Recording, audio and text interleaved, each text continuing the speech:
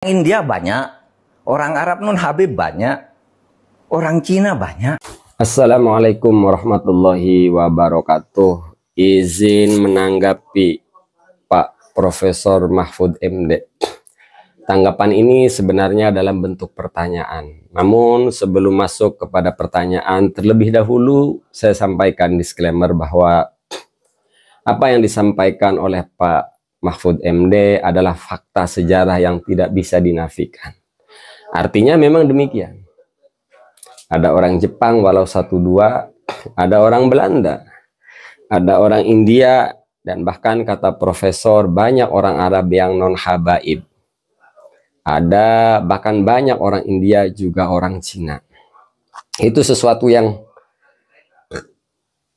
terang benderang tercatat dalam sejarah kita.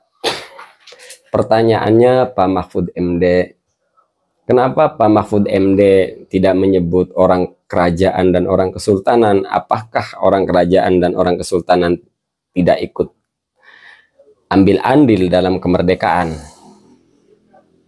Tapi itu bukan pertanyaan penting, bukan poin pertanyaan. Poin pertanyaannya adalah Pak Mahfud MD, ketika BPUPKI, saya tengok ada 63 list tokoh-tokoh di dalam BPUPKI. Pertanyaan saya, ada berapa raja dan sultan ketika itu?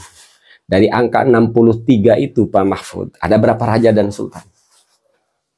Kenapa ini kita tanyakan? Kenapa kami pertanyakan ini Pak Mahfud? Ada 3 hal yang melatar belakangi pertanyaan ini. 1, karena kami di bangku sekolahan menerima pelajaran. Semua anak bangsa dijejeli dengan sejarah ini, pelajaran ini, bahwa kerajaan dan kesultanan memilih bergabung dengan Indonesia. Jadi memilih bergabung dengan Indonesia. Seolah-olah Indonesia itu sudah ada sebelum 17 Agustus. Bukankah tiap jengkal tanah di bumi pertiwi ini, di tanah Nusantara ini, tiap jengkalnya adalah wilayah kerajaan dan kesultanan?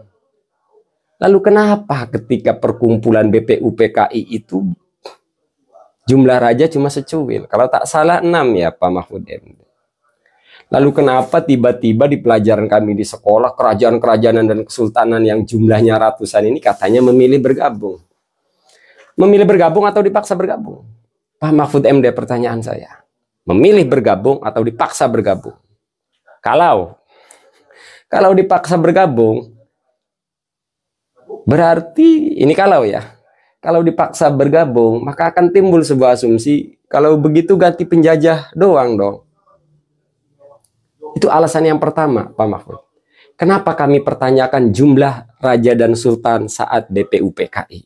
Karena itulah pelajaran yang kami terima di sekolah. Kemudian alasan yang kedua yang melatar belakangi pertanyaan ini. Pada tanggal 15 Agustus 1945, Cirebon sudah lebih dahulu mendeklarasikan kemerdekaan. Dalam tanda kutip, merdeka dari penjajahan. Artinya bisa memukul penjajah. Itu alasan yang kedua. 1945, tanggal 15 Agustus, Cirebon sudah lebih dulu mendeklarasikan kemerdekaan. Walau kami tahu ya sejarah di balik ini kenapa, tapi itu belum waktunya kita sampaikan di publik. Pertanyaan itu saja dulu. Mohon jawabannya, walaupun pertanyaan ini secara lafaz untuk Profesor Mahfud MD. Namun pertanyaan ini boleh dijawab secara ilmiah dan secara data oleh siapapun. Oleh pengacara boleh, apalagi ahli tata negara.